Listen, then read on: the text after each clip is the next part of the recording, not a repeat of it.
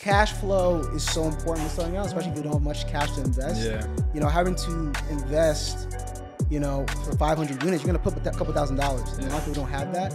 And if you can, you know, starting out, that's what it was. Like I wore every hat, you know, starting out, and that's how I recommend everybody to start. Yeah. You know, a lot of people are so like hesitant to like learn. They want to so quick to hire someone. Like certain products we do, but our things that we always want to be, you know, in stock. We're not like, you know, super high end stuff. So our highest day was like around, I think like 60,000 on Black Friday or Cyber Monday, one of those things. Yeah. But still works, But back then you can throw a blank mock-up. Like we were doing such simple things on these accounts because especially with basketball, like they're on tap, like they weren't getting money anywhere else. Yeah. Pennies on the dollar. That's true. Like.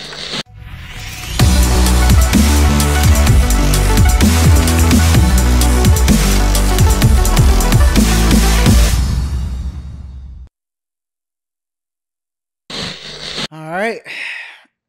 Welcome to episode 46 of New Money Talks. Yeah, we got Justice Jubilee in the house, founder of the Bucket Culture, which is a clothing brand kind of more surrounded by in like the basketball wear space. Talk to me a little bit more about that so that I don't like butcher what the actual brand is. So I'm the founder of Bucket Culture. It's a basketball streetwear brand. So, you know, t-shirts, hoodies, shorts, accessories, all in the basketball space in the sense that all our designs, you know, graphics, all like kind of embody basketball culture, you know, basketball themed, all like streetwear style stuff. Cool. So usually I'll talk to, you know, the guest about like, tell me about yourself, your background, all this stuff. But I want to start in a little bit of a different place. So we had mentioned in our conversation before this that you actually got into coaching.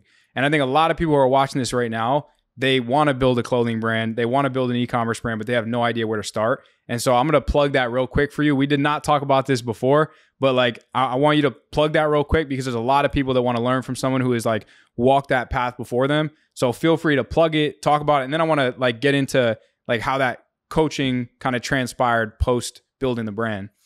Yeah. So I run an e-commerce coaching program specifically for clothing brand owners. So in my program, I teach you how to start, launch, and then scale your clothing brand from manufacturing, sourcing, marketing, you know, how to create designs, how to source designs, the whole nine, specifically for, you know, the clothing brand space. Because, you know, a lot of people want to start clothing brands. And then I think a lot of people don't have a roadmap because, you know, you see a lot of e-commerce, you know, drop shipping, other There's so angles. much shit out there that like it's hard to shit. decipher what's like legit But, or not. If clothing, you know, if that's your thing, that's what you're trying to do, that's my program designed for. Yeah, we'll have it plugged in the description because I think the number one thing you can invest in if you're not where you want to be, especially like financially, business-wise, is definitely going to be like education right? Sure. Like, because I think Alex Hormozy said it best, like education is the one thing that you'll be able to take with you to your grave other than, you know, student loans. But that's a conversation for another time. So, so talk to me about how you got into the whole clothing brand space. Cause I'm sure it wasn't your first business. I'm sure there was maybe a couple of other things you tried, or maybe it was like that first one that just clicked and you wrote it out and you built it out over a long time. But, you know, actually let's backtrack for a second. If you were to walk into a bar, right? Some cute girl comes up to you and she says, man, like, what do you do for a living? Like what entitles you to take me home tonight? What do you say? If it's a cute girl, that'd be something different. But I'll give you my little spiel.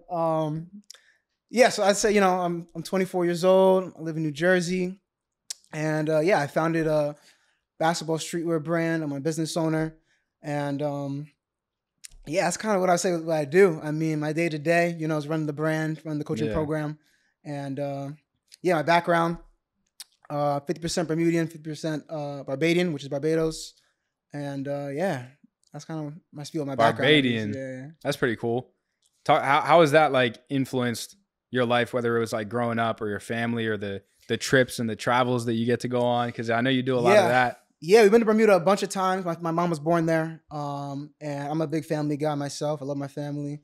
I love my extended family. And they are all supportive of what I'm doing right now, which is great. And, you know, Bermuda it's a lot different than it is here. Yeah. And just it makes you just, you know, grateful for what you got, what you have, you know, in the States, all the good and the bad, you know. Yeah. 'Cause a lot of the spaces and places and people with different backgrounds don't have the same, you know, resources and available, you know, access to build stuff that we're building. So yeah. Did you go to college? Yeah, I went to Rutgers. So I went to Rutgers 4 years. I finished. I studied engineering. I actually I did software engineering, specifically computer engineering in Rutgers, and I did software engineering full time for actually a year before leaving doing my business full time. And I also ran my business the full time through college as well. Cool. So like at what point in college did you start that up? And at what point did you realize like, oh shit, this is something that can probably supplement like my full-time job? Yeah. So it was my freshman year when I really officially started. It's funny because like the money I used to start it is my senior year. I don't know if you guys had this at your high schools, but we had this thing called Senior Assassin. And pretty much like a competition of all the seniors. And it's like a water gun like tournament where like each week you get a target, you get your target out, you go to the next round, they get you, you're out. And from that tournament, I got like $800. I used all that money to start the business after my freshman year. And it's kind of like a snowball effect, really. From there, each year just growing it.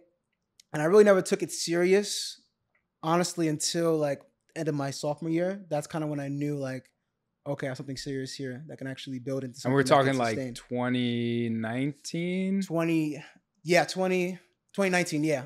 Early 2019, really my spring semester that year. And yeah, from there, that's when I really like honed in and actually focused on learning, investing to my knowledge and kind of growing the brand. And then for me, I set just kind of revenue goals that like, if I hit this, I'm gonna do this, full time, and I hit those. And what was that timeline like from like idea inception to actually hitting those goals to where you knew you could go all in? Yeah. So I'd say the timeline for it was, because for me, it was more so like the consistency of it. Because there's a lot of, ups and downs when starting out. It wasn't as consistent. There's months positive, months we were negative starting out. And then once I got to the point where not even like revenue wise and like profit wise, all that good stuff came, but more so like the confidence I can do it over and over again. Yeah. And then that came just from repetition and also just me just learning more and more about e-commerce, the craft, brand building, all that good stuff. Would you say that happened after like 18 months, 2 years? I'd say after at least like probably like year 2. That's when I really started getting, the confidence and the revenue started increasing as well. Yeah, a lot of people get started in e-commerce and like after 3 months and $2,000 in ad spend, they're like, this is a scam, right? Yeah. But they don't realize that all of the legitimate businesses that like they took at least one individual working at it for 18 months straight, 10 to 12 hours a day until they actually were able to get it right. Like there's very few companies that just pop off after 3, 4, 5 months of like understand, because you don't even understand a small percentage of your market until you really study it and you give it a go 100%. for 12, 18 months. And you had to learn all this stuff yourself. You had to learn supply chain. You had to learn, figure out like how to do the marketing, how to do influencer partnerships, like your bookkeeping account. Like, did you learn that from anyone, or you just figured most of that stuff out by yourself and YouTube University? Yeah, for me, it was like at the beginning, definitely YouTube University. Yeah. Like, honestly, like YouTube can get you to like your first $1 million in revenue for sure. Yeah. If you're like diligent enough, you could really soak up a lot of information from YouTube. And that's what I did. Like every time at the dining hall, I was watching YouTube videos, even if it wasn't like it wasn't apparel, it was like maybe like drop shipping or, Facebook, whatever the topic was, but kind of just relaying and how I can apply this to my business. Like, that was me 24/7. Yeah. Like every YouTube guy I knew, backhand, fronthand. And once I kind of soaked up, got some momentum from that, that's when I started investing into, more paid programs. Courses. Yeah. I'm a big fan. Like a lot of people have like a bad knack about courses. I mean, I love courses. There's courses out there that, have really had crazy ROI in my business and some that didn't, So it just depends on who you get information from and kind of just consistently learning and now putting yourself in positions where you can learn from others as well. Yeah. Dude, courses are great because you can either spend a year, let's say an hour or 2 hours a day to try to figure out that skill on your own, or you can pay someone else a couple $100 to take back that time you would have otherwise spent learning that skill. And they can 100%. Probably help you learn that in a couple weeks or a month, sometimes even a day, 100%. And so like, that's invaluable because like, sure, you're getting education, but more importantly, you're getting your time back on something that would have otherwise taken you forever to figure out. You know? And that's the key word, the time, because that's what you're really buying. Yeah. And for me, I know nothing about Photoshop. It's one of the best courses I bought. It was a Photoshop course. I forget who it was by, but it was like years ago. And still to this day, like half the designs on the site that I've created, like half of them I made myself. Damn. I have now that skill to really make designs and not, take 3 hours and to hire someone to, be a graphic designer for all the designs at least. Some of them obviously more complex ones we have guys make, but it saved me a lot of time and a lot of money on those courses. So when you first got into building the clothing brand, because I know a lot of people who have tried and who have failed at building clothing brands, it's probably like one of the most competitive industries by far out of any in the e-commerce space. A lot of people will go out and they'll maybe buy some samples, or they'll buy, 20 or 30 units, put it in their garage, put it in their basement, put it in their room. And then once it sells, they figure out how to package it themselves. Like, what did that process look like in the beginning? And did you just, buy $500 worth of like product in the beginning, or 500 units? Or were you like, let me get one sample at a time, or maybe let me work with, instead of directly with the manufacturer, maybe you worked with some type of an app or a software like Printful, shout out Printful, to like really be able to expedite that process of getting samples without having to go and buy 100, 200 units and take that risk on like figuring out the material, the design, all that stuff. Yeah. And that's funny you said, because apparel actually, Shopify's number one, a fourth of Shopify stores and the number one category is apparel. Damn. So it is the most competitive. Hands down. At least within Shopify's numbers, for e-commerce. And everyone in mind wants to start a clothing brand. But starting out, I actually started with print on demand. Mm-hmm. And there's a couple reasons why I did that and why I would recommend it. One, because I was in college, I was studying engineering. That took up a lot of my time. I was in a small dorm with like 3 other people. And, I couldn't have, 500 boxes. Even though it ended up being like that later on. I'll talk about that later. But print on demand, if you guys aren't familiar, it's pretty much similar to dropshipping familiar, but in the clothing space. So like as orders come in, so pretty much you make the design, pick your blank, your mock-up, all that good stuff. And then as orders come in, there's a third party, a POD supplier, print on demand supplier that will fulfill and ship your products. You only pay once you get the order. So what that does, and there's tons of suppliers, some to recommend, Printful is a great one. Yeah. I used Custom Cat starting out. I used actually a bunch of them, to be honest, but those two are great to start out. And it was good because cash flow is so important when starting out, especially if you don't have much cash to invest. Yeah. Having to invest, for 500 units, you're going to put a couple $1,000s. And a lot of people don't have that. And if you can, start getting the ball rolling, getting some revenue in without having to, do any risk on inventory, because that's what you're eliminating, the risk with POD, which is why it's so good and what I recommend starting, as well as you get to test your product. Because you can't, when you make a design, you're going to think you're going to order 500 units and sell your first design. It's very unlikely. You're going to lose a lot of money. Lose a lot of money. Exactly. And there's some people who don't. There's the, outliers who just get it right the first time. But that definitely wasn't me. Yeah. And, print on demand definitely was like a key part in my success early on, just because like I was able to focus on other parts of the business, and save money while doing it. Yeah, so because especially for a clothing brand, supply chain is one of the toughest things to get down, because you're probably gonna have so many different SKUs and variants, and you got your hats, you got your hoodies, you got your shorts, and like every time you build something new out, it's money that's being, when you get inventory, it's money that's being taken away from other areas of the business, from your marketing.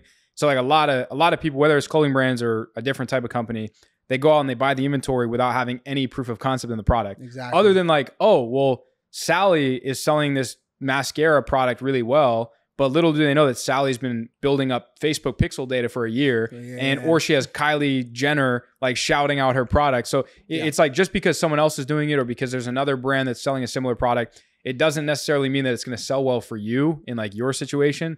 So that's why I think something, any type of print on demand app, especially for clothing, is super, super helpful in just mitigating that risk of, hey, instead of buying 100 units, I can literally get like 2 samples, figure that out. If that's good, now not only do I not have to get inventory, but I can confidently know that it's a good quality product that's going directly from the manufacturer to the customer in a timely manner. Like I know Printful like fulfills majority of their stuff out of the US. So if you're looking to get into a clothing brand, you heard it here first.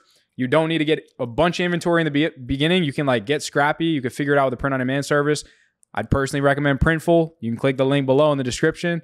I don't mean to plug them too much, but like I've used them. Like so many people have used them who have built clothing brands or who have just been in e-commerce in general, because they also have accessories and stuff, which is really cool. Like it's not just like like notebooks, stuff like that. Like I have a buddy that scaled a brand to $1 million a month purely using Printful, selling notebooks, right? Like customized notebooks. Super sick. But so you started there. Now talk to me about like the evolution of when you made that decision to shy away from those print on demand services and actually start getting. What is up, New Money Talks fam? Super excited to hop on here to shout out our amazing sponsor, Printful. You've definitely heard of these guys, but if you haven't, you need to check them out.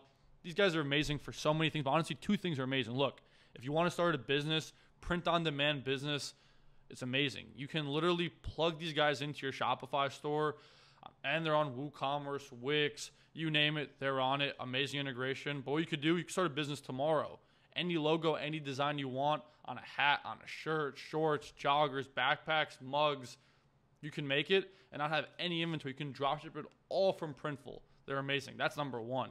Number two, if you own a business, wow, like you should be ordering from Printful. For Ship Dudes, we do it. I know for Kyle at Scale Brands, they do it. All merch, hats, backpacks, polos, uniforms. Look, fast shipping, great quality, great prices. You just can't beat it. And also, it's low batch. You don't have to order 100 units. You can order one at a time, and the quality is just amazing. We love these guys. You should check them out. We have our link in description /NMT. Use the link. We appreciate it. It helps out a whole bunch. And honestly, Printful, there's no one better in this space. So if you need merch, we're about to have some New Money Talks merch. They're amazing. Printful is the way to go. Check them out. Printful, if you don't know them, you should know them now. New Money Talks fam, I'm telling you, you guys are the best in this space. Anyways, back to the episode. Appreciate you guys. Inventory and like what that looked like. Yeah. So what happened was, we were doing, consistent revenue, and it was to the point where, because the only caveat with print on demand is that, at scale, you want to find ways to cut your costs, and like getting stuff in bulk. That's how you cut your costs, really increase your margins. And that was kind of the goal, the next step for us. And what we did was, to start out, we did like a hybrid model. So what we would do is like buy our best sellers, the stuff that's moving the most. Because a lot of stores, and even for our store, it's like 80-20 rule, where like 80% of your sales come from 20% of your product. And that's still very true to this day for our brand. And so that 20%, we'd order in bulk, cut the cost, 20, 30, 40, 50% for some of the products. Yeah. And then kind of had that in-house. And then also do the other stuff and continually test new designs with POD. Yeah. And it was a great system, because now once we find a winner, then we can get it in bulk again, cut the cost, and keep running it up. And that was kind of a rinse and repeat process until kind of everything started to go into the fully in-house. And another thing is logistics wise. So pretty much like you want to be in control of that. And a lot of times with using third parties, whether it's even like POD or drop shipping, delays, getting your tracking numbers, helping customize packages for customers, like that stuff's out of your control. Yeah. And we wanted to regain that control. Because a lot of times, like we hit Q4, those like first 2 years where like it got a little hectic, and like a lot of the delays were out of our control, so we couldn't really do anything, because we were relying on them to fulfill everything. Yeah. And that was a really big headache, with chargebacks and all that good stuff. So that was kind of the main reason why we shifted over. And I kind of used other partners, like with the POD space, that kind of just was bad partnerships as well, They did hybrid models for us. And honestly, it all just led back. I was like, that last 2 years ago, I was like, all right, let me just do this myself. Yeah. And I kind of got everything started fresh. So cut a lot of designs out, started with like some of our best and a couple other exterior designs. And then kind of built that foundation of how I'm going to do this in-house. Mm-hmm. And now we got a new warehouse, and we're doing everything in rhythm now. Yeah. No, I think definitely in the clothing industry, you could save a lot of money by bulk ordering, but there are a lot of industries where the product that you're selling, if you get inventory for it, it's actually going to end up costing a lot more. And people don't know this because like if that product is $7 shipped on AliExpress, but then you can get it $3 bulk, it's like, all right, cool. I just saved $4, but it's like, oh wait, I have to ship this to a 3PL in the United States. And now there's a $2 fulfillment fee and a $4 shipping fee. So it's actually $1 more to ship it from the United States. So a lot of people don't realize that like it depends on the product. There's give and take in different areas. But I love talking to founders that have that scrappiness where it's like, I don't have a 40-person team. I didn't raise money. Like I bootstrapped it. Like I run my ads. I edit a lot of my content because like there's a lack of appreciation for that, especially in the e-commerce space. Because if you don't have a fat payroll, if you don't have like a big office, if you don't have your own warehouse, like whatever it might be, people think that you can't succeed. But a lot of times the scrappiness is what allows the success of the company. So like you'd mentioned, like you run some of your own ads or majority of your own ads, like you've edited a lot of the content and the images on your website for your ads, stuff like that. Talk to me about like your team infrastructure and what that looks like. Cause I'm sure you're not a one-man team, but, but you know, there's no point in having a staff of 40, 50 when you can keep it lean and just have a couple of killers by your side, right? Yeah. And starting out, that's what it was. Like I wore every hat, you know, starting out. And that's how I recommend everybody to start. Yeah. You know, a lot of people are so like hesitant to like learn. They want to so quick to hire someone. You like really learn, especially if you're going to hire someone. I always say learn it first, so you know exactly how to hire. And you don't have to be an expert at it, but at least understand how that works, so that you can know how to manage that person you're going to hire for that role. Because like if you've never sent an email on Klaviyo and you go to hire an email agency, you don't know how to judge their performance because you don't even know what the interface looks like, how to find the analytics. So understand it at a basic level. You don't have to be an expert before you hire it out. Yeah, 100%. And for us, like that's kind of how I started, you know, graphic design. And like you said, like even with graphic design, like if you don't know, if you haven't like removed like a background from like an image, you wouldn't go and hire someone $50. It looks like a different language for you. Yeah, so like someone offered you like, do you have $50? You know, like okay, like you can go on the site and just do this for free. Yeah. But like stuff like that, you save a lot more money in hindsight if you kind of know or familiar with what you should expect from whatever you're trying to do. But for me right now, or at least starting out, like that's kind of what I did everything. But now, you know, we have people on customer service, virtual assistants doing that. We have someone managing the whole warehouse right now, as well as all the marketing. I still do myself. I've outsourced it a couple of times, but honestly, no one outperformed me. So you know, I kind of know my ad account, know my business. That's probably why. And in my opinion too, like this kind of personal thing, like I think you should be in control of what you're good at, but then also like the main thing is going to move the business. The needle movers. For me, like what's going to move the needle for us is, you know, our marketing. You know, that's what's you know generating the sales daily, and I want to be in full control of that. I don't want to have to rely on someone, you know, to bring in sales for us. Yeah, it's tough to be like disconnected from the marketing. Like I run a marketing agency, and we jump into brands that have just outsourced it to a bunch of random contractors or agencies, and like 90% of the time it's a mess. And like I say this as an agency owner, most agencies suck. And it's like really hard to differentiate between like the good and the bad. So like you're riding on the fact that you're working with someone who you're hoping that all the case studies that they had are real, or that they know what they're doing. Like, you know, a little self plug for my agency, Scale Brands. Like it's actually an agency built off of brand founders. And I think that's a huge difference between random agencies that have experimented with like ad budget for these big companies.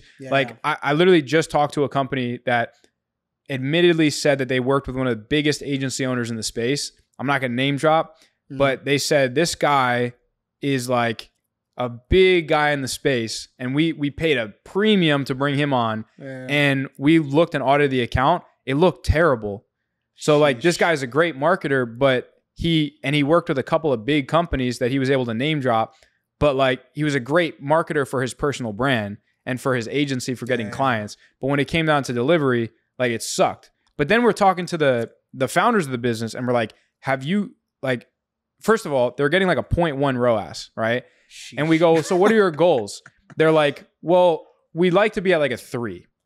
And so clearly to us, that was an indicator that they have never spent a day on YouTube searching how to run Facebook ads or how to run TikTok ads, because nobody in the world is going to take your ad account from a 0.1 to a 3, right? But long story short, they were disconnected from it. They outsourced it to an agency that looked like they were amazing, and the results were absolutely shit. Then they come to us, and now they're like, oh, we're in like litigation with our last business partner or with our last agency.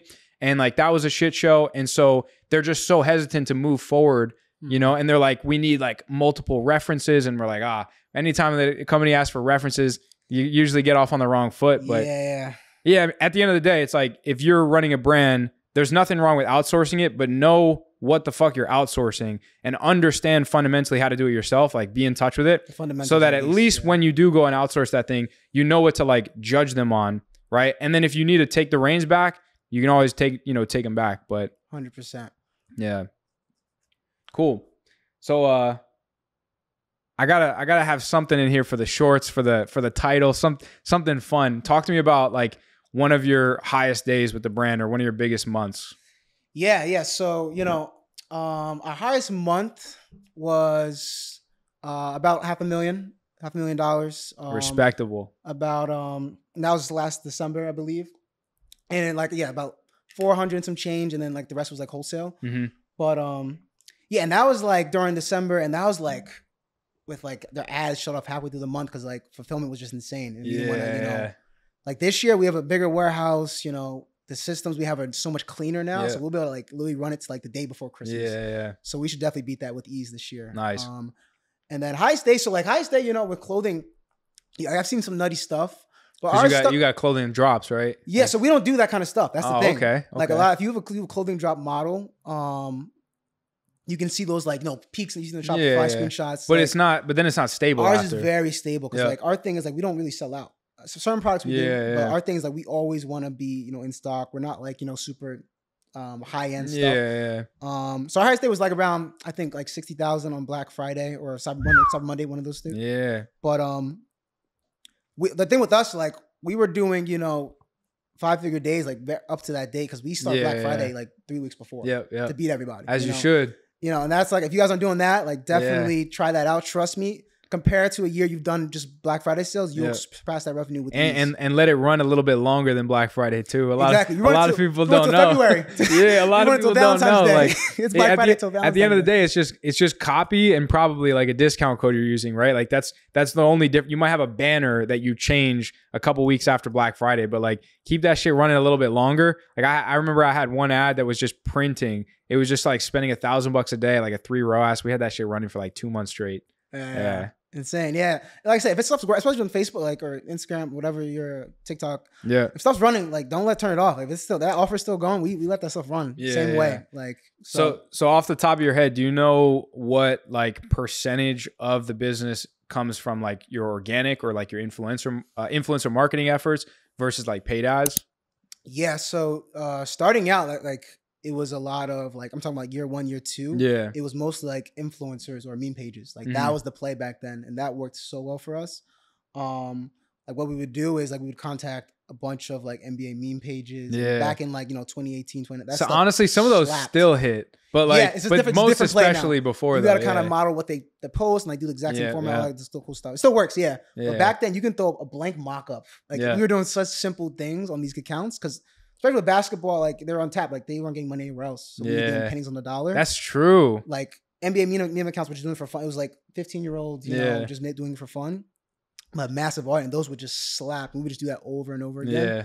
Now more so, most of our revenue comes from paid ads. Facebook, Instagram. That's TikTok, where the stability Snapchat. Comes from. Exactly. Yeah. And the scalability. You can only use a meme page or even an influencer nowadays so much. Yeah. But now we do a good mix. It's good to be diversified anyway. But and we have a good kind of organic following on. That's probably our biggest, followings on Instagram. Yeah. But I'd say like 70%, 60% is definitely paid, and then 20/20 organic and influencers. That's cool. Yeah. And how often are you guys like uploading organic content? We're not. Our organic isn't like the strongest. I'll admit that. There's nothing. We don't really push. Is it something you're trying to work on, or like you just don't really care 100%. That much? I mean, now we don't care. Like I said, I focus my attention on what's moving the needle. Yeah, and that's the paid ads. But organically, like that's kind of I never focus my attention on that because those algorithms change so much. I see all the brands and clothing brands that are blowing up on TikTok, but it's very unstable. Like you're relying brands like that. They rely on an algorithm that could change, tomorrow, a platform that can go down tomorrow, where paid ads, there's always gonna be attention. There's always gonna be marketing platforms. Yeah. If Instagram goes down, there's gonna be another one in a month. Yeah. It's gonna have an ad platform. As long as you know the systems on how to market, you can make money on any of those platforms. Yeah. But not to say like organic isn't like, but that'd be a platform we're working on for sure though. Yeah, I think the thing about ads is it's more controllable and it's like a lever. Right. So if you have ads that are working and you run out of inventory, you can turn that off and your sales will go down. But when you get inventory back and you turn it on, It's a lever, and it's going to get right back up to where it was before, most likely. Maybe it'll take a few days of optimization, right? But for the most part, it's like a lever, whereas organic is something that you have to work at for a long time to repeatedly get to a point where you have that one video that pops off, or you slowly start to have all of them that are like stabilizing, increasing. And the thing I like about organic though is that it's permanent real estate on the internet, right? Because when you think about an ad, that ad is on. What is up, New Money Talks fam? Just wanted to hop on here real quick and shout out our amazing sponsor, ecom.ai. Remember, ecom with a K, ekom.ai. These guys are amazing. Amazing team, amazing technology. Think what they do, right? You have all this content, all these landing pages, all these product descriptions all over your website, right? But you can never optimize them for SEO. Either you have to hire someone in-house, hire an agency to do them, costs so much money and takes so much time. But with Ecom, what they did is they built this awesome generative AI software that plugs into your store, Shopify, Amazon, WooCommerce, Magento, even eBay for all of you old timers out there. And what they do is they optimize the whole entire website, boom, instantaneously. It's honestly insane. What they do is they drive so much more new traffic, sales, conversions to your website through SEO. You already have all this content online. It's ranking on Google. Might as well optimize it and rank it even higher. And Ecom is the best team, best technology out there to do that. Definitely check them out. ekom.ai by an amazing company called Writerly. Check them out. Now, back to the episode. Only there for as long as you're willing to spend money to get the impressions for it. But for organic, when you think about the compounding effects of uploading 1, 2, 3 pieces of content every single day, and then the recirculation of that content, you can have like, if you somehow find a way to coordinate 2 videos, right? 2 unique, let's say shorts. You have Instagram, you have Facebook, you have YouTube shorts, you have Twitter. Like you can get creative and you can do, there's at least 5 platforms you can upload those videos on. Yeah. So it's not just 2 videos, it's 10 unique posts that you're getting every single day. You compound that over 30 days, that's 300 unique posts. Like the likelihood that a dozen of those are going to hit 100K, 500K, 1 million, 10 million views is so high just through volume. And it's like permanent real estate. So it compounds, it accumulates. And now you take a platform like TikTok that you're uploading a video, even if it's like 3 videos a week, you take that after a month, now you have 12 videos, but you can actually use those as TikTok ads. So that's like the foundation for all of your TikTok advertising. And when it's organic, you run like Spark ads, for example, it goes 2 places in the algorithm. It goes organically if you have like hashtags on it, because it's getting more impressions there. Because TikTok doesn't know whether you're like, they know in the ads manager, but they don't know in the algorithm whether you're spending money to boost it artificially or whether people are just fucking with it. And organically, they just like it. And so when you spend money on a Spark ad, then you get like, it's not that you get 2 times the revenue, but you will get like 20, 30, 40% more revenue because you get the ad return on ad spend, but then you also get the organic boost in the algorithm that's not going to get attributed in your ads manager. So like, that's why I do value organic content. I think every business should be doing it. But like you said, like if that takes time to build out. And so if you consistently build that up while you figure out your ads, the ads is something that's just like a lever. You could turn it on and off. The content, that's a fucking grind. Like to build out an ecosystem of 1, 2 videos a day, it doesn't sound like a lot, but it's a lot. Like it's a lot of work coordinating the people that are filming it, the products you're going to do, the places you're going to upload it. Like even doing it for this podcast, doing it for some of my e-commerce brands, for some of our clients, like it's a lot. It's something you have to have a lot of systems and processes to build out. It's not just like, oh, I'm going to take my phone and film this 30-second video and upload that and do the same thing tomorrow and every day. Like, because you have to have different environments, different styles. But yeah, you know, moral of the story is do both, right? Don't just do one or the other. And there's strategies. Like a lot of people, you know, some people aren't, you know, the type of person to sit in front of a camera like this. And there's other avenues. Like you can hire, like Tab Shark is a perfect example of what they're doing. I don't know if you guys are familiar. He just has a bunch of just micro influencers just running different pages about this brand, being the face of it. And other clothing brands I know that do this as well, who have just other people as the face, doing all the content that are already good at making content. Hire them, give them percentage, whatever you want to do as a deal to make it make sense. But you don't have to be that person as well with the organic content. No, shout out Oliver from Tabs. We had him on the podcast, and it's funny because like it's like the same group of guys that have figured this whole TikTok organic thing out. And I have nothing but respect for all of them, but they all act like they have this secret formula for success on organic.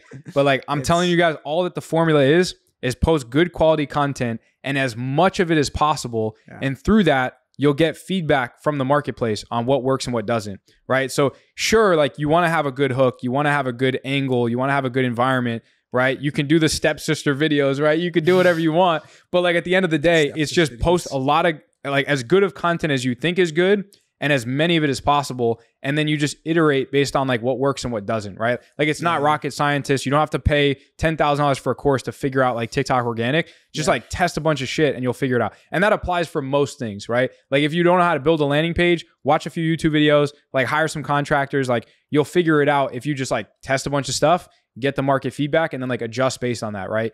I guess that spins off into a question. What's something that like you feel within the business a lot of people maybe overcomplicate and that you were able to just spend some time and just like figure it out through a bunch of testing? I'm sure there's a lot of things, but like what's one thing that comes to mind? Maybe it's like the warehouse. Maybe you thought like that was going to be a super overwhelming process and you like figured that out pretty quickly. Yeah, I'd say I'll give you two. The warehouse for sure, you know. And like you said, it just comes out with iterations, you know, just doing it. Like a lot of people just try to do all this planning, blueprint, all this different stuff. As long as you just do it. Like that's me. I'm like the type like, all right, I'm not just do it. Sign the lease, you'll figure it out. Just start it. Let's just start. And then we'll optimize as we go, you know? And that's kind of always how my mind works, you know? Yeah. Seeing out where we can save little area. And that's how we like perfected the system we have. Like the system we had going in, like when I moved into in-house is so much different. Like we're probably printing, fulfilling like at least 2 times, 3 times faster than when we first started. Just from like the way we organize and systemize like your processes. Yeah, exactly. And this is not just like the warehouse stuff is kind of more aligns more with systems, but this goes down to like even product creation. Like a lot of clothing brands, you know, it's design heavy. People overcomplicate it, try to copy, you know, just see like copying isn't bad as long as you're applying your brand taste to it. You know, a lot of people try to be the next, you know, Mike Amiri, you know, Eric Emanuel, and just verbatim copy exactly what they're doing. Yeah. I've seen so many of these Eric Emanuel shorts, copycat. Like, it's as long as you're doing your own thing, but just following, seeing where trends and seeing, you know, what people like and how you can apply that to your audience. I think that's a kind of a good mindset to approach, you know, the design kind of systemization. Yeah, and that also brings up a good point. Like a lot of times you want to emulate as opposed to steal, but when you're trying to figure something out, there's kind of 2 routes that you can take. You can test a bunch of shit, waste a lot of money, waste a lot of time, and you can kind of learn from those mistakes, which is very, very valuable. Or you can go and find someone who's already walked that path before you and learn from their mistakes. And that's like, so I would say a wise man will learn from his own mistakes. A really, really smart dude is going to learn from someone else's mistakes, right? Or whatever that saying would be, right? Because or I would say maybe the second best thing to learn, or the second best way to learn, is to learn from your past mistakes. The number one best way to learn is to learn from someone else's mistakes, so you don't even have to face those. But regardless, like failure is something inevitable in any business that you're going to come across, 100%. And like you gotta be resourceful, figuring out a solution. Like, talk to me about some type of a horror story that happened within your company. I'm sure there's been many, but talk to me about it, like a big problem that you guys have or had that you figured out a way to maybe solve. The biggest one I'd say is that we've one of our I'll give you 2. So one of our best products in our best designs, best product on t-shirts, hoodies, got taken down because Vanessa Bryant and the Kobe estate, they tried to sue us. They sent us a cease and desist for a design. No way. We had a trademark on, So it was a Kobe design. It's a funny story. And this is actually before he passed away. Yeah. And then once he passed away, it was insane, the sales. But what it was is, it was a design. I didn't create it myself. I found it on, I believe, like Etsy or something like that. I don't even know why I was on Etsy. Don't ask. Yeah. And I saw it. Or no, it was actually on a Google feed. But you know, the Google Images clicked to like, it was Etsy store. Yep. And I was like, this design is amazing. It was so simple. Yeah. You can put it up or whatever. Yeah. But such a simple design. And I contacted the guy. I was like, do you own this design? He's like, yeah, the trademark, which was perfect. And I was like, I'll buy it from you. And because did some background. He was selling on Amazon. I did like the Chrome extension stuff to see how much he was. He wasn't selling it at all. Yeah. I wasn't pushing any like marketing behind it either. I was like, we can definitely like run this design, through the roof. So I offered him. Honestly, I probably would have paid him $20,000 for this design. Like, honestly, I would have. I started low at like at 2,000. No, he's gonna go up. Yeah. He was like 5, and you got a deal. I'm like, deal, and I bought the design. Damn. That ROI is actually ridiculous. But then, like, even like, we weren't even like trying to market it like as our number one design, but like it was just 90% of our designs naturally. Yeah. Even for all our ads, it wasn't even wasn't on the ad, but that just design just did so well. Yeah. And we get an email. Kobe Estate versus Bucket Culture. Jeez. That's a scary email. Yeah, and they weren't. We reached out to them like, would do a profit share or like do the foundation thing. We're doing that already. Yeah. Like 10% in our description. Yeah. But they weren't having it, and we had to take it down. But it wasn't an issue because like as long like what doesn't change, like as long as you have an audience and you know what the audience likes and you can provide products that like we just repeat. That's the importance of like having a brand that you can introduce some type of continuity. Yeah, like a lot of brands will get started in that drop shipping phase. They're selling shit products, and then like maybe it works for 1 month, and then their sales run dry, and then they try to send an email campaign to all of their past customers trying to buy their new product, but like the first time around you gave them a shit product and a shit experience, so they're not going to buy that second product. So that's why it's really really important to build up like a good fan base and to sell good products, good fulfillment, have a good customer experience, because then then you build that cult following that whatever you drop, they'll be down to buy it. Exactly. And that's what's got to be the focus, community. Like if you're just selling a product just for the product, like I said, the one thing could change that and that product can go. But if you have a community, you can sell anything to them forever. Yeah. So speaking of celebrities, a little birdie told me you worked with celebrities like LiAngelo Ball, like Dwayne Wade's son. Yeah. Like Shaq's daughter. Talk to me about the process of working with some of those. I'm assuming on influencer partnership type deals. Yes, these are influencer partnerships that we've done with them. And they're like they're regular people. They actually like D Wade's son and LiAngelo Ball. They reached out to us. They DM'd us. Wow. We didn't reach out to them. Like they just liked our stuff, and we kind of from there kind of formed what made sense moving forward. And a lot of them, they have like the following, the influence, the audience, so it made sense. Yeah. And they're obviously basketball guys. We're a basketball streetwear brand, and it did well. It's great. Like that's the thing with influencer marketing with those type of people. Like a familiar face can have more pull than the product itself. Yeah. So those did really well, and they're all really cool talking to them and getting stuff, and they're super excited. And that's the best part. Having like celebrities like that really interested in your product. That's when you've built something good. Like when you got celebrities start reaching out saying like, hey, like I fuck with your shit. Like you wanna send me some freebies? I'll shout you out. Like, Yeah. That was dope for sure. Yeah. That's cool. So I wanna as this is kind of like a D2C ecom podcast, I do want to get a little bit tactical real quick. Just talk to me about whether it's clothing brand or just in general, what type of ad strategies you've been running, maybe what platforms you're marketing on, like what you see working, maybe what's different than what was working a year ago. But just talk to me like general high level overview, like what you guys do for marketing. I'm super curious. Yeah. So we're marketing on most of the main social media platforms, Facebook, TikTok, Instagram, Snapchat, which is a sleeper. A lot going on Snapchat. It works super well. Honestly, I say TikTok and Snapchat are pretty even for us. Interesting. Facebook is still number one. Yeah. And then Google, of course, if you're not on Google. Yeah. And right now, I mean, it's just a lot more, I think everything, not just TikTok. TikTok is kind of known for being content heavy, but I think all the platforms are now becoming more content heavy. And it's more so, in my opinion, that people, they just want to see the product, especially for clothing.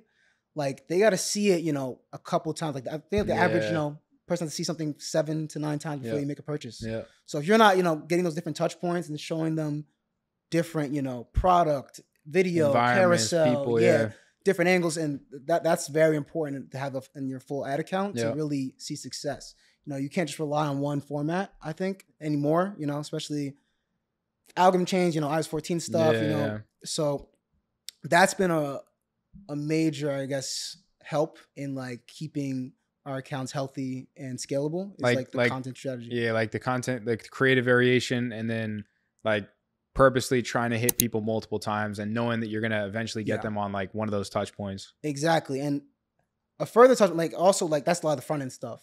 But now more importantly is like the back end. So like our SMS and email strategy has to align with like everything we're doing front end. Everything has to funnel into that. And if you're not doing that, you're leaving probably half your revenue on the table. Yeah.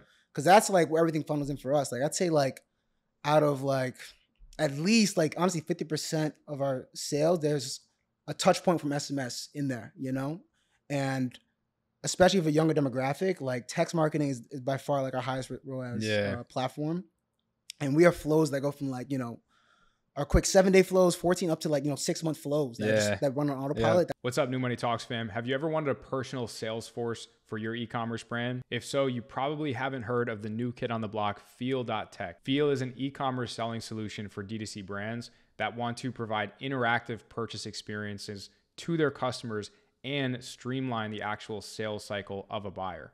With AI-driven product recommendations, try before you buy features, and live assistance and support, FieldTech users often see a substantial lift in their customer AOV, a decrease in their acquisition costs, and an improvement in their conversion rate. Imagine you're buying a new laptop and Apple offered a virtual live experience in which they can demo the product for you, show you all of the specs and features that you want, and answer all of your questions simultaneously. Not only would that probably increase your likelihood of buying, but it'll also actively decrease the amount of customer concerns that Apple is now going to receive. Now you're probably thinking with a solution that's this good, probably costs a lot of money. Wrong. FieldTech actually only charges a percentage of the new sales that they bring you that you wouldn't have otherwise gotten without them. So if you run a brand that could use a virtual sales force or that wants to offer virtual sales experiences to their customers, then check out the link below this video or visit feel.tech. And as always, make sure to mention that New Money Talks sent you so you can get that New Money Talks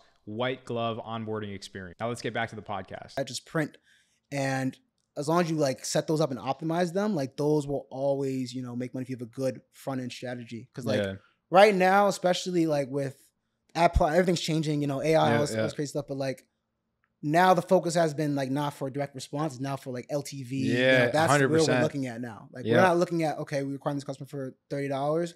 What's this customer worth? If they're worth now, like if your average customer, you know, your LTV down to a science where you know an average customer is spending like $300 at your site, you can now spend 100, 200 for that and outbid your whole competition. So, yeah, no, LTV is a big thing that like people overlook. I keep going back to the dropshipping community because like that's my roots. Those are like, I feel like some of the best brand builders have all come from that scrappy dropshipping background. Like they learn how to run ads, they learn how to test the products, build the websites, all that stuff. Like some of the biggest brands are built off of founders or are involved in past like dropshipping founders, right? But yeah, it's that, man, it's that scrappiness of I was going to talk about LTV. So for obviously the scrappiness of the e-com and dropshipping community is, hey, I want to make 20% margins, 30% margins on the front end. Like that shit doesn't really happen anymore. You know, you're lucky to break even on the front end, and you should be like praying to the Facebook gods if you're breaking even on the front end, because if you have like 2 brain cells and a laptop and a Wi-Fi connection, you can figure out a way to monetize those customers on the back end, right? Whether it's with email, SMS, new product drops, whether it's like retargeting existing buyers with new products. There's so many ways to be able to build a profitable business out of a break-even front-end business. And a lot of people don't think about it like that, but that's the way that it's going. And if you do have a profitable business, like hit the gas on ads because you never know when like something 100%. gets switched, something gets changed up, and like now all of a sudden you're at a 10% loss. And if your back end isn't bulletproof, like, and you're dependent on your front end, now you got problems, you know? Yeah. And that's kind of like the thing one of the things in hindsight from like my earlier years, I wish I did more, like, especially with old designs and stuff that was working.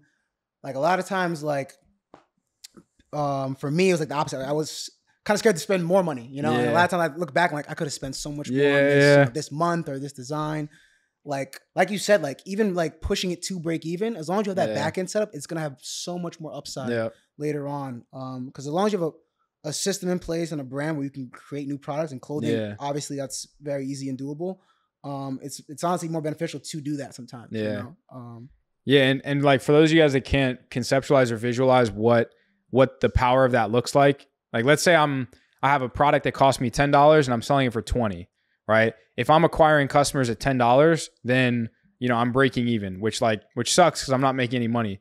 But if I add a little priority or a little shipping protection, little pre-checked upsell for $3, that's like pre-checked $3 shipping protection, and then I got like a $4.99 extended 1-year warranty on that product, and then I got like a really low ticket pre-purchase upsell. Hey, buy this same $20 product for 50% off, get it for $10, right?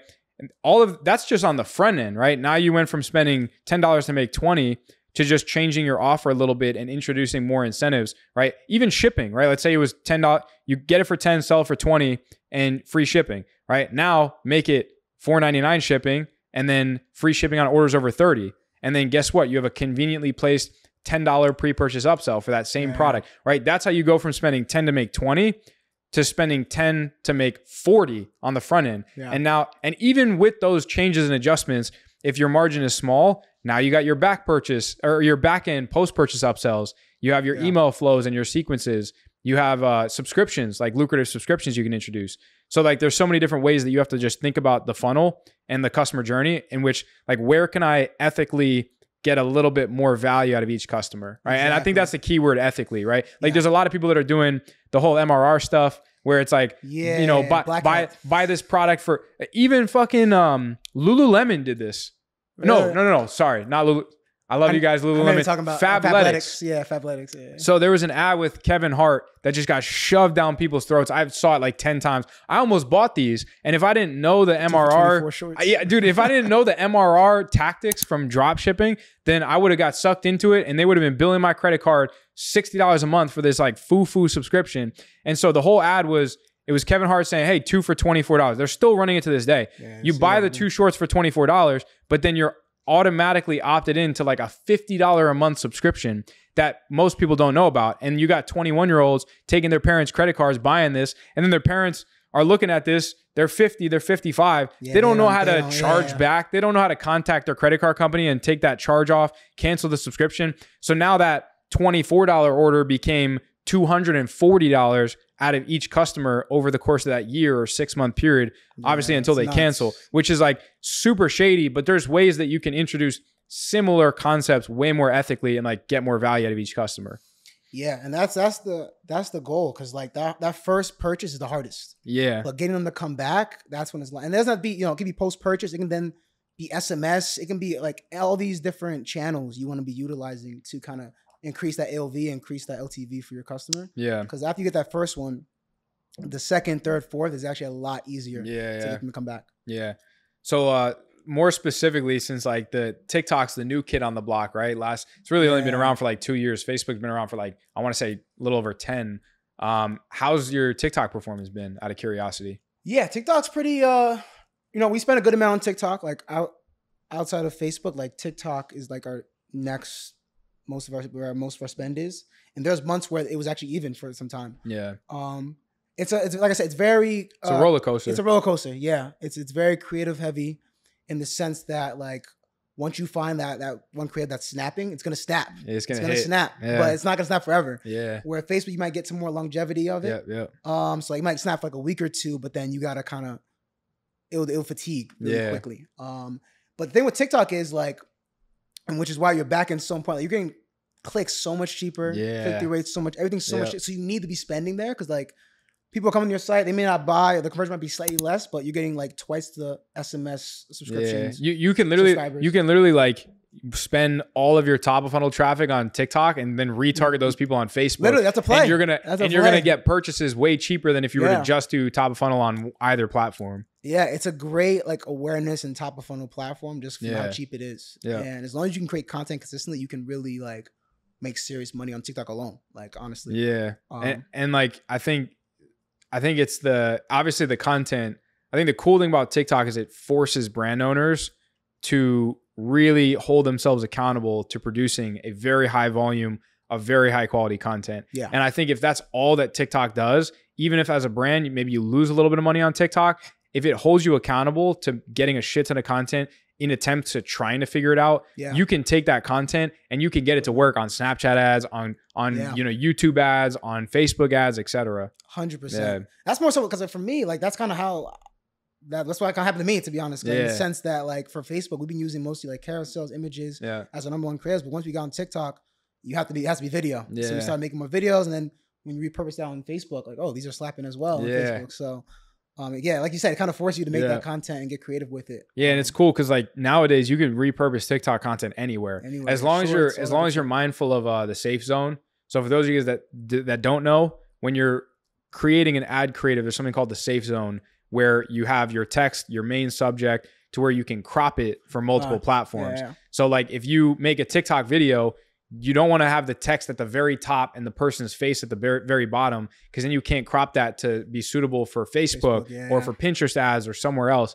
And so as long as you're mindful of that safe zone and the text is like central and the subject, the person in the video is central, then like that you can repurpose on so many different platforms. But like that's a hack right there, because people, they don't think about it like that.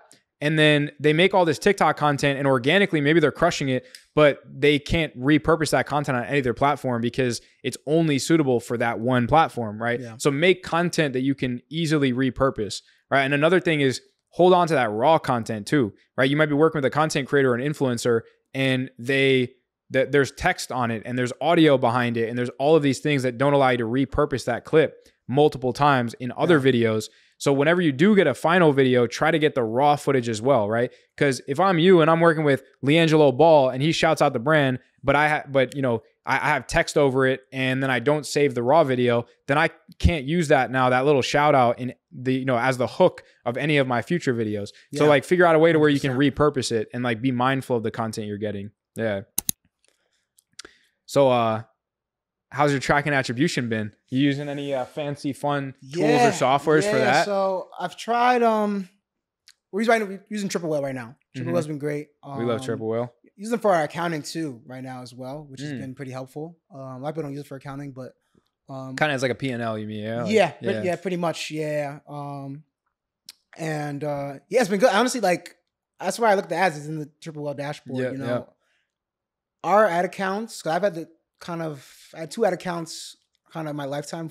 Luckily, we haven't had any like issues really. We had some earlier on. When you run a good business, you're not going to have that many issues. Yeah. So we want to keep our ad accounts, and it's always, like, even before it's always been underreporting. Like that's always been a thing. For my account for some reason, my face shop, whatever. But Triple Whale's been great in helping like kind of really see, especially their new what's the TI thing? Like Triple Whale attribution, or they have the triple attribution is another one. Like views, total impact. That's what it's called. Total impact. Yeah. And that just lets you know, like, kind of where like the TikTok thing, where like they're not getting purchases up front, but it'll show you that they came from TikTok. Like the customer journey. Yeah. I love that. I love that. Like SMS, and that's where you can really like, oh, so this flow is actually really working. So stuff like that is super important, especially as like the rising ad costs and stuff. Like if you're spending enough, that stuff's honestly like essential nowadays. Just to know like where to spend your know money. Where everything is coming from. I mean, like at the end of the day, like the most important thing is you look at your spend and you look at your revenue and then you look at your cost of goods. And as long as that number is green, then you're in the top 1% of e-commerce brand owners. Congratulations, like, and some people aren't like, they overcomplicate that process. They're like, oh, like, well, I need to know the 90-day cohorts, and I need to know like what's coming in from where, and that's important. So a tool like Triple Whale, Hyros, it gives you visibility from a high level overview of what's going on. But like that big number at the end of the day is like, what did I spend? What did I make? Was I green? Right? Because like that's the biggest thing. And like another thing that people don't do in their calculations for, hey, what is a profitable CPA or ROAS I need to hit, is you need to look at like your sales tax. You need to look at your estimated refunds and chargebacks. You need to look at like your internal expenses, right? Because most people say, hey, like I'm selling a $30 product. I get it for 10. So, my break-even point is 20. So 30 divided by 20 is a 1.66 break-even ROAS. But like that 1.66 doesn't include your transaction fees, your refunds and chargebacks, your fixed costs. It doesn't include like sales tax. It doesn't include like so many things, so many variables that most people don't take into account. So now all of a sudden, it doesn't include like your monthly spend, because your ROAS changes depending on how much you're spending, and people don't know that. So like if you're like, after all of those variables, you think it's a 1.66, it's actually like a 2. So people make decisions they say, oh, if I'm at like a 1.8, a 1.9 ROAS, I'm going to crank this thing up. You're cranking an unprofitable ad set and you don't even know it, right? So I think that's another thing is like knowing your numbers, right? It's not that you shouldn't just look at what did I spend, what did I make? You should know your numbers, but you know, and know it granularly, but from where the traffic's coming from, all that stuff, like just use a tool like Triple Whale, High Roast, etc. Yeah, 100%. And yeah, it's not the most sexy thing, like knowing your like counting stuff, but that stuff is what's important. Is super important. The numbers don't lie. People lie, numbers don't. Numbers don't. A lot of the times you'll see the problem in your numbers, right? So there's fancy terms in Facebook, right? So if you're running a video, there's something called a hook rate, which means how much of your hook are people watching, right? Or how good, how effective is your hook? And so people don't look at those metrics, but it matters, right? Because if that number sucks, then you know, all right, the ROAS is down, the hook rate sucks. The ROAS is probably down because the hook rate sucks, right? Whereas that will tell you, that'll tell you everything. The data, the numbers will tell you, The numbers will tell you everything. Where the bottlenecks really are. Yeah. So what do you think is the biggest thing that's holding you guys back from consistently hitting those $500K, $1 million months? Yeah. That's a good question. You know, I think it's more so diversification in the sense that I think like we're working on now just getting shown in more places. Like right now, we're heavy on Facebook, Instagram, TikTok, all the social media platforms, you know, organically, we're presence, influencers, but then there's steps outside of that, like getting into wholesale, you know, getting stuff like on, you know, getting stuff into like, you know, a Foot Locker or a Champs. Like we can do stuff like that. And a lot of people don't think about those channels. Even like affiliates, having like a whole affiliate army. Like there's other channels that you want to tap into. Even like getting a new Discord channel, working on that right now. So like kind of just diversifying where we're getting traffic and getting, you know, more eyeballs, as well as, you know, like I said, content, increasing, doing better content, making better products, you know, and constantly kind of keeping our customers. Like right now we're stacking customers that are loyal customers. Constantly coming back. We want to keep stacking that and keeping them happy, because we can always get new ones, but we want to make sure these guys can stay, and that's going to be like a lot of, you know, what's going to push us forward and keep increasing revenue each year. So do you guys have like a Facebook group? You said you have a Discord community for past customers, or so that's what we're building out now. We have it like for like some of our ambassadors, and now we're going to make it like for kind of anyone, you know, and have like different channels for the ambassadors, because like that's kind of where, you know, the community-based marketing is kind of what we're like leaning towards. There's brands that are killing it with this. Like Anaka's a good example of this. Like they're going to their Discord. They have like a couple thousand people active daily. Like, and when you can be more personal with your customers, they're that much likely to come back to you. And especially with clothing, it's a lot easier to do that, you know, especially in like in a niche, like we're in basketball, people are very passionate about basketball. And when you build like this cult like following, like I said, you can sell them anything. They'll be so much more in tune. Cause like buying from a website is cool. They follow you. That's cool. But if you can talk to them and post about who their favorite basketball, have like a survey in the Discord and have them talk to you like, you know, person to person to the brand, and put a face to it, put like a personality behind it through Discord or whatever group, you know, it doesn't be Discord. Could be a Facebook group, and kind of keep them engaged that way offline. That's kind of the direction we want to do. Like for events, you want to do tournaments eventually. Like you want to do a lot of that community-based stuff. It's gonna, you know, make us a more like, you know, household name in the basketball community. The guys over at Obvi, they do that really well. It's a women's collagen brand. They did 40 million in 40 months. We've had all those guys on. They're all great. They're just powerhouses in the e-com space. They built a Facebook community of just thousands of people, to the point where when they have product drops, or like they'll have lives with their community where they're personally asking them like, how can we improve our products? How can we do this? How can we do that? And when they do have those product drops, I mean, they're 6-figure days, right? Like easily. And so building out that community, especially if you have good products, right, and you're confident about that, build out that community and have people talking to each other and sharing ideas. And, you know, if it's a cooking product, then it's sharing recipes. If it's a clothing brand, it's sharing favorite athletes, you know, having like lives where you can sit down and watch the game together and comment on it. It's having like tournaments, like video game tournaments, 2K, right? Like you can get creative with those ideas. Like you can get creative and you can figure out a way to like continue engaging them. And part of that is making your customers, like, as you mentioned before, like having ambassadors, making your customers affiliates. Do you use any apps, or do you have any like processes or systems on the back end to where you try to strategically do that? Yeah, we've used a bunch, but definitely the best has been Social Snowball for sure. Shout out Noah. Yeah. And he has like the econ background as well. Right? Yeah. So that's been great because it does a lot of the automation for you. Yeah. And like like the way they can make their own discount, all that stuff is very like intuitive for not only myself managing it, but also like someone who's signing up. Yeah. Which is as important. The most important part, probably. Exactly. So, and especially with clothing, like that's big. Like that's a channel we definitely want to grow more. Because like I said, if you can have like army people selling for you. Yeah. Like, you never have to do, you don't even have to run ads. And that's why all that stuff is important, like building the community so that they do want to do that, you know. Yeah. If there's no community or no, you know, personality or a vibe with your customers, they're not going to want to sell your stuff, even if it is dope, you know. Yeah. So that's a big part of it for sure. Yeah. So last topic of conversation here. I'm jealous because you guys went to Bali recently.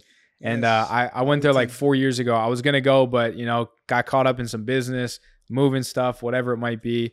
And it looks like you guys had a great time. Talk to me, like you travel a lot. You've been to London, you've been to Bali, you've been around. Like, talk to me about that, and obviously the freedom that the business gives you to be able to do that, right? Yeah. It's been great. Bali especially was definitely number one on my list. I highly recommend for anyone who wants to go into Asia, like Bali, like number one trip for sure. And it was great. It's beautiful. Yeah. The cost of living is super cheap out there, so the food and stuff super cheap, so it doesn't hurt the pockets, you know.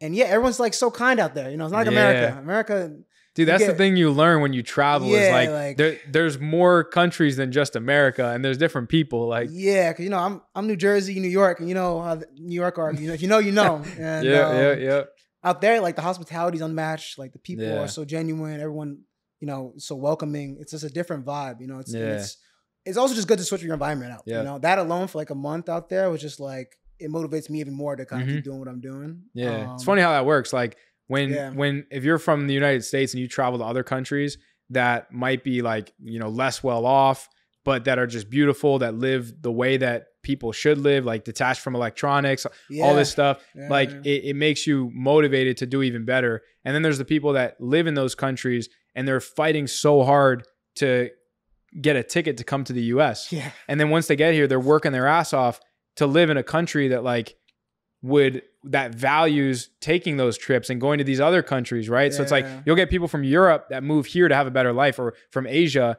and then but we have people in the United States that want to move out there and just free themselves from all like the chains that the US got you locked up with. It's insane to think about. It's counterintuitive, but yeah, no, traveling is great. It exposes you to new environments, and I don't know about you, but whenever I travel, like I try to do something. Not just like going to a different state, but I try to do something big, like ideally once a quarter, just for like a week or two, just to get a reset. When you just step away from your comfort zone, you're so much hungrier to come back and just work 10 times harder because you just went a week, 2 weeks, kind of detached from like your battle station, maybe your team if you have a physical location. And you're just like, you're hungry to get back, but you're also appreciative of like the time that you do get off, you know? 100%. And that stuff sparks creativity too. Like, you don't, like a lot of like, you know, there's a lot of science behind that of like just moving your location, changing up, you know, your environment. It's always just a benefit. Yeah. And also. Did you play sports in high school? Yeah. I played basketball pretty like, competitively during high school, like AAU, you know, the whole circuit, if you're familiar, like all that stuff in high school. Played basketball and volleyball. I was honestly better at volleyball, to be honest. Like, I broke 2 records at high school. Yeah. We were not a lot of high schools have men's volleyball. Yeah, ours was actually a newer program, like 8 years. Yeah, and a lot of our neighboring schools didn't have a program as well. But it was so much fun, like the volleyball and basketball too. Yeah, but, I've always been like, you know, competitive. I've always been, you know, into sports and like being active and stuff. So that's like always a part of me. Yeah, most of the entrepreneurs that have sat on this couch, same thing. Like so many athletes.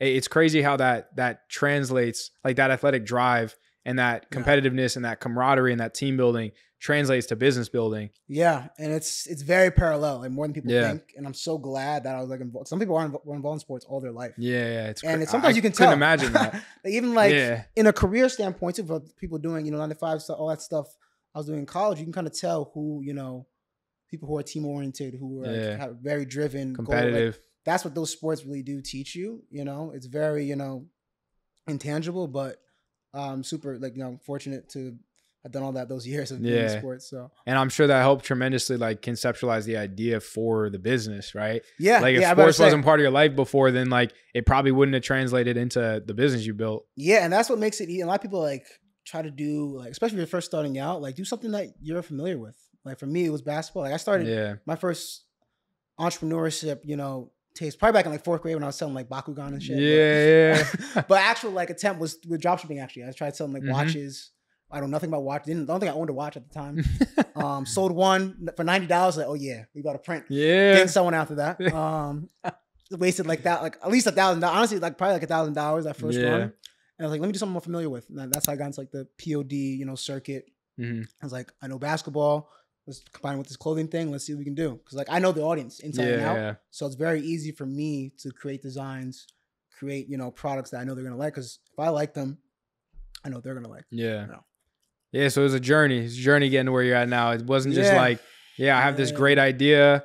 I took out a loan of $100,000 and just made it work in 6 months. It's a little bit more than that. Yeah, 100%. Like there's definitely a lot of ups and downs, a lot of, negative months. Like people always see the flashy numbers now, and not even just for me, but other people, but there was years where like they lost money or like we, had bad months, good months. So it's definitely not smooth sailing starting out. Sure. Do you mind me asking what your parents do for work?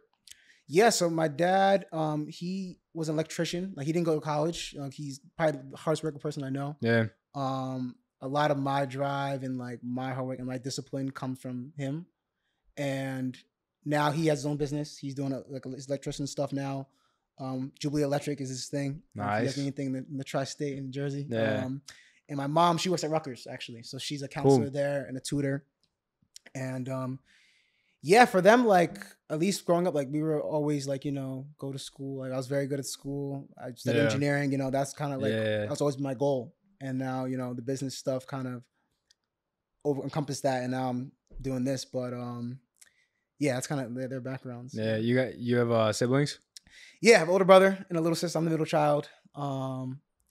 They're both, my sister's in school. My brother graduated from Rutgers as well. He's doing his own thing as well. But I'm a big family guy. So no, it's funny because like I went to Rutgers. I was studying engineering at NJIT, but then I transferred to Rutgers. Dad like entrepreneurship minor, was doing D1 track and field. Like I was going to go that route, but I think I just pulled the trigger on dipping earlier than you did. And I dropped out my sophomore year to pursue business. And but I also like I have an older sister, younger brother, so it's reversed. I'm the middle child. My brother's finishing out at Rutgers right now, so Rutgers breeds some good people. Yeah, there's a couple. In the e-commerce space, like I know like Justin Wall went through. I think Sean Mike Kelly. Sean did a year or two. I think there's a good amount of people that have gone through Rutgers, and like it's been a positive experience. There's a lot of partying and a lot of shenanigans and a lot of fun things going on, but Rutgers is good. I think college is good for people that that want to have fun, but also like meet the right people. Have the chips fall in the right places because it can change the trajectory of where you go, regardless of whether you use your profession. Like most people switch up 2-3 times what they want to do in college or whatever they do pursue and get a degree in. 90% of the times that's like not even what they get a job in or where they make the majority of their money. But I think it's cool from like a social perspective, from a networking perspective. And also it's like a transition to the real world because you go from high school. If you're just going from high school to like the real world, that's a slap in the face. Like I've had friends 100%. That do. I mean, I almost did that, and I had to grow up fast. I had friends that went from like they just graduated to working construction 12-hour days, just like absolutely grinding and like making more than like most of the college professors were making.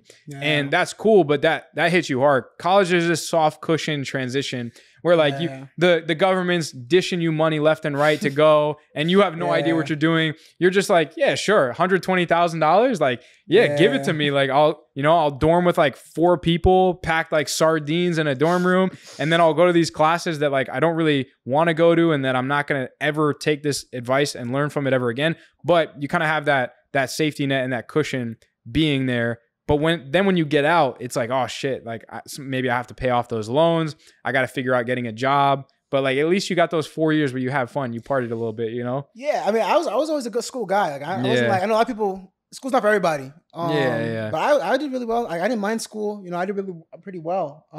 It instills discipline. And it's like, I'm glad I did engineering because like engineering, like, yeah, I don't do that stuff anymore.